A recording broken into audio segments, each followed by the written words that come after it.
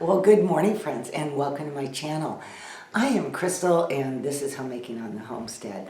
And today is Friday, and that is Coffee with Crystal. And in today's video, I'm going to talk a little bit briefly talk about being good stewards of our finances and the frugal mindset, and a few more different things on being frugal and more. So grab your cup of coffee and let's chat.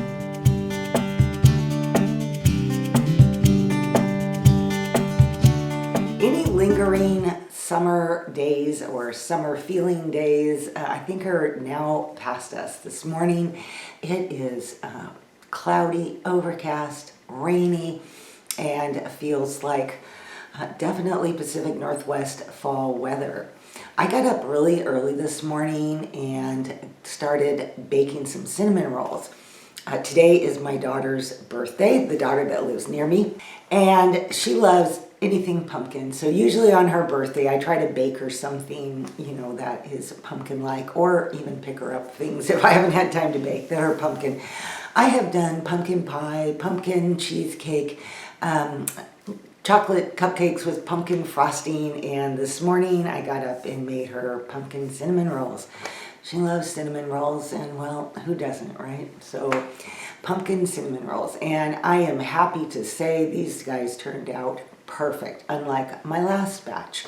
And so I'm going to tell you why my last batch didn't work out in just a minute. I feel like so much of the things that I'm going to share with you today all kind of work together in the same umbrella under, frugal living. Because normally the first question I ask you guys is, what are you having for dinner? And I'm going to, what are you guys having for dinner? Please put that down in the comments. I really enjoy hearing what each of you guys are having, as well as it being a place where other ladies can come read the comments and maybe get some dinner inspiration. So please do leave what you're having for dinner in the comment section. We are having leftovers from a casserole that I made last night. I may have to add something to that, but the interesting thing about this casserole is it kind of goes under the topic of frugal living. So I grabbed my copy of the Tightwad Gazette, which I have right here. And I came across, let's hope that I still have it. I always put little markers in here for things. Do I have it? Yes, I do. Okay. While I was going through the book, I came across something that she calls the universal casserole recipe. And I really enjoyed looking at this and thinking about it. So this would be an amazing thing to make if you have leftovers of any kind. You can add to it. It is such an easy recipe. So I wanted to try the recipe just as it was printed here. Normally when I throw casseroles together, I just throw things together. If it needs a little more of this or that, I just toss it in there until it all looks right and put it in my pan. But if you are like trying to learn how to cook from scratch, or just trying to figure out proportions and things like that, then this universal casserole would be a great way to step into cooking from scratch and using up leftovers. I took a picture of the page where this recipe is, and for anybody that has this book, it's on page 625. And I am going to just kind of leave it up on the screen so that you can, snap a quick picture of it so you have it if you don't have the book. But basically what it is she takes 1 cup of a main ingredient, 1 cup of a second ingredient, 1 to 2 cups of a starchy ingredient, 1.5 cups binder, 1/4 cup goodie, and some seasonings and a topping.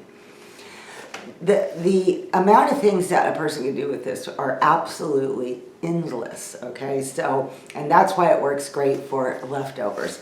But I'm going to show you what I did last night. So I had some already cooked hamburger in the freezer. So I pulled that out, and I pulled out about 1 cup of that. That was my main ingredient. Now, oftentimes the 1 cup of a second ingredient, people will do like a vegetable. I did 1 cup of chopped up onions and sliced up mushrooms. And I had about 1.5 to 1 3/4 cups of rice already cooked.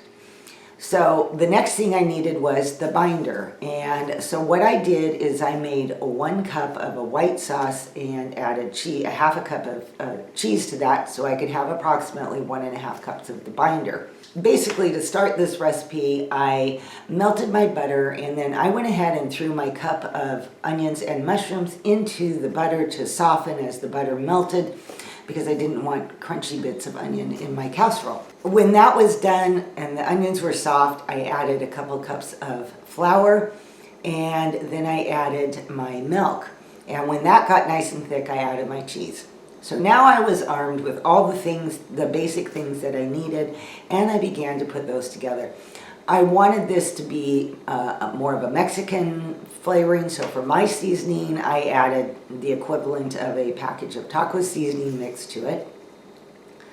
It all fit nicely into an 8x8 casserole dish, so this is perfect for 2 people. If you're feeding a bigger amount of people, then you're going to want to double this or add more to it or something like that, but this turned out absolutely perfect. Once I got it into the casserole dish, I then, for my goodie, she has, you know, a 1/4 cup goodie, I just spooned out some salsa that I had left in the bottom of a jar, and I popped that into the oven. I baked it at 350 for about a half hour, pulled it out, and then added some cheese on the top for the topping part of it. So I have to tell you guys, this turned out so good. My husband just was like, whoa, eating it like crazy. He's pretty easy to please though, but he loved it. And so I'm not sure that I quite have enough of this left over for dinner tonight. I'm thinking maybe I might just go ahead and cook up a pot of black beans or pinto beans and make some soup with that. Maybe throw in the rest of the hamburger that I didn't finish off yesterday. And again, do a little bit of Mexican, maybe chili powder type flavorings, and maybe add, you know, more onions and that type of stuff. But now, as far as, and that will go with this meal to serve again. When I served it last night though, we topped it with a little extra salsa, a little bit of sour cream, a salad, and I had some tortilla chips on the side. So super good dinner. When I talk about options are endless, let's just, you know, when it comes to the protein, it could be any type of meat that you have, or it could be meatless, and you could have beans. So some ideas that were just going through my mind were like the chicken, and the other cup of second ingredient could be broccoli. You could have an Alfredo sauce, season it with some Italian seasoning. You could top it with maybe some chopped nuts or cashews or something like that, a little bit of cheese. You know, that's just one idea. You could go on more of a spaghetti sauce type thing. You could do noodles, you could do rice, you could do potatoes. You know, it is just so versatile and a great way to use up leftovers, be creative with what you have, and have some sort of direction. I recently made a thrift book order, and I got some fun books and things that I'm excited to show you in the future. Not all of them even arrived, but this one did. I found the biggest treasure, the biggest little treasure ever. This is by Elizabeth George, and I've talked about her now in the last several videos, and so I'm kind of on an Elizabeth George kick, I think. The name of this book is 1 Minute Inspirations for Women, and the whole book is just small little things to inspire you. And while I was in this kind of frugal thinking mode and looking through this book, reading different ones here and there, really excited to read more of these and hopefully be able to share more with you guys too. So she has one in here called A Faithful Steward. And I think a lot about being frugal has to do with good stewardship of the money that God gives us and the resources that He provides us with. We need to be good stewards of those things, and that is one of the main reasons to me that being frugal and having a frugal mindset is so important. I'm going to read just one paragraph on her section called A Faithful Steward. From basic necessities to cars, from supporting causes to vacations, the way we handle money reveals a lot.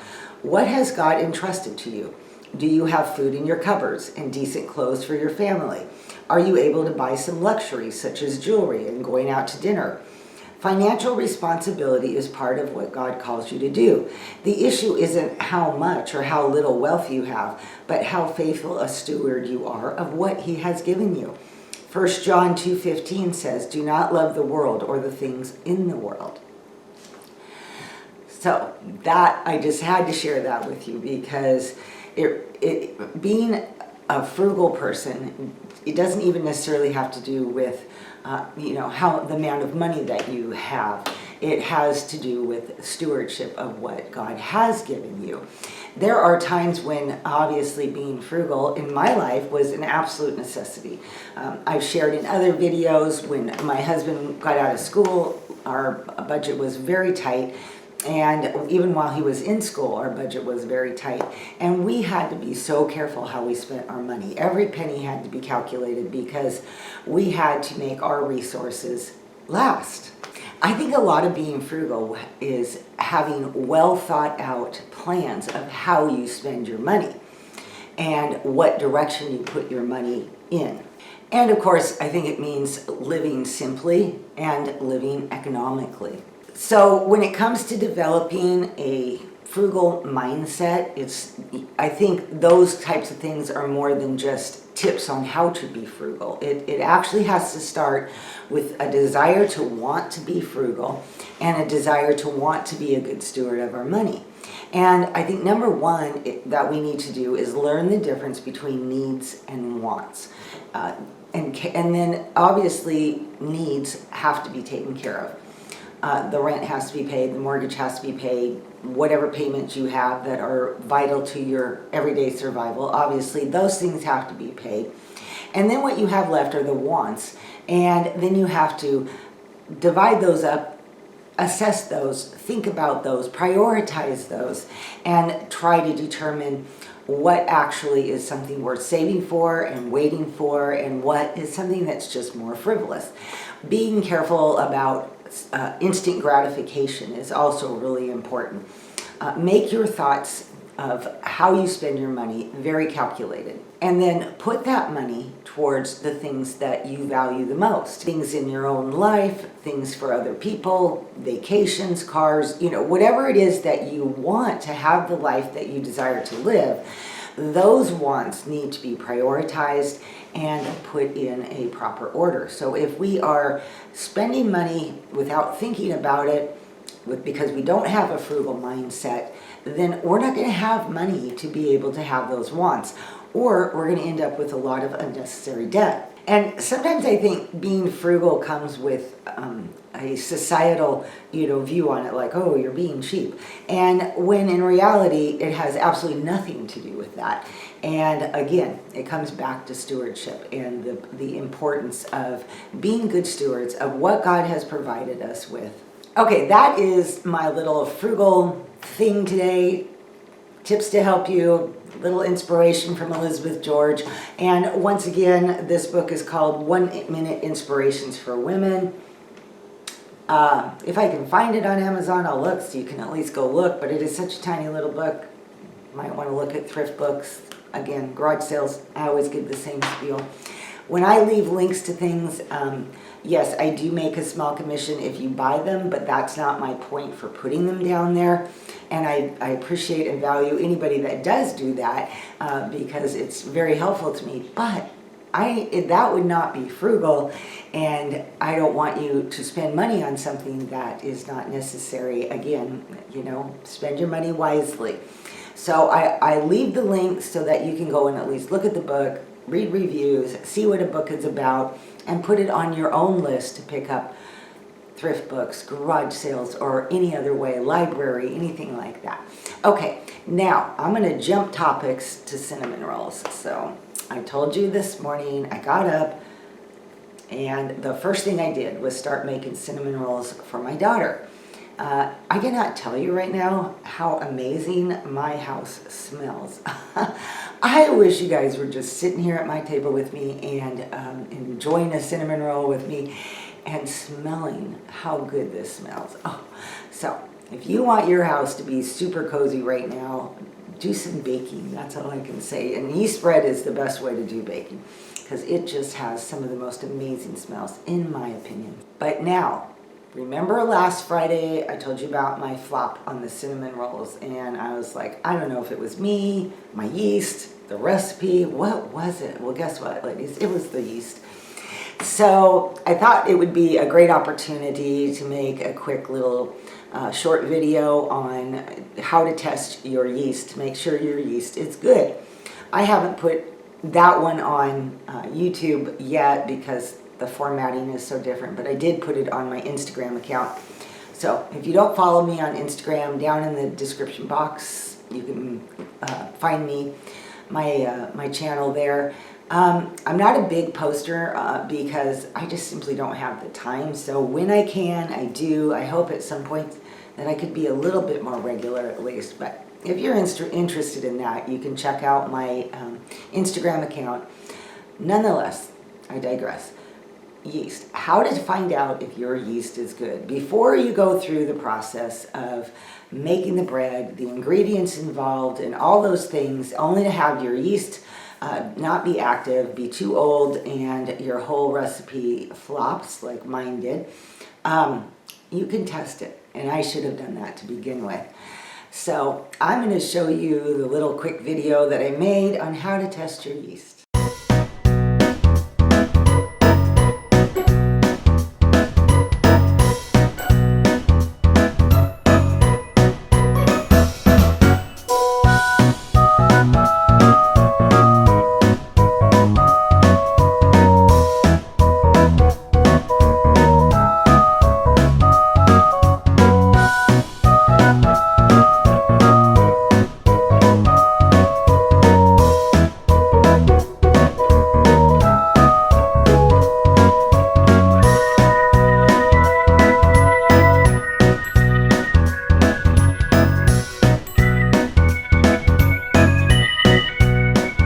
All right, there you go. Now you can be assured of not having any failures. Normally, I keep my yeast in the freezer. So the yeast that I used today for my daughter's cinnamon rolls and the one I used in that video to test was from my freezer. So I had bought a package of yeast sometime probably last year, and I was doing a ton of bread baking. And so I didn't put it in the freezer. I just left it on the shelf because it was working and I just was doing a lot of baking. Obviously, I slowed down on my baking. The summer got very busy, and I, without really thinking about it, I just hadn't baked in a long time, yeast breads, that is. And so it was, like I said, it was my big fault. I should have tested it beforehand. Luckily, there was only a little bit left in the bottom of the package, so it got tossed. My good yeast is in the freezer, and when I need it, I usually just will bring it out the night before so it can come to room temperature. It doesn't work very well if your yeast is frozen or cold. So that's what I did last night, pulled it out of the freezer, and today, this morning, was able to get right at making cinnamon rolls. I hope that you guys enjoyed having your cup of coffee with me and having a little chat. I know I certainly enjoy. You guys, you mean a lot to me, and I appreciate all of you who come, leave comments and all that. And don't forget to hit that like button. I am still so close. I mentioned it in my last video, but I am still so close. As of today, when I'm filming this, I am still so close to 10,000 subscribers. And I know that a lot of you guys who watch are not subscribers. So would you guys please just to hit that subscribe button, because that would help me out so much. And if you like my content, you'll be able to know right away when my new videos get posted. So, okay guys, I need to go and deliver some cinnamon rolls to my daughter, my grandkids, and spend a little bit of time visiting with her on her birthday, and then come home and get some other things done around here. So I hope you guys have an awesome and blessed day, an amazing weekend, and I will see you all in my next video. Bye-bye.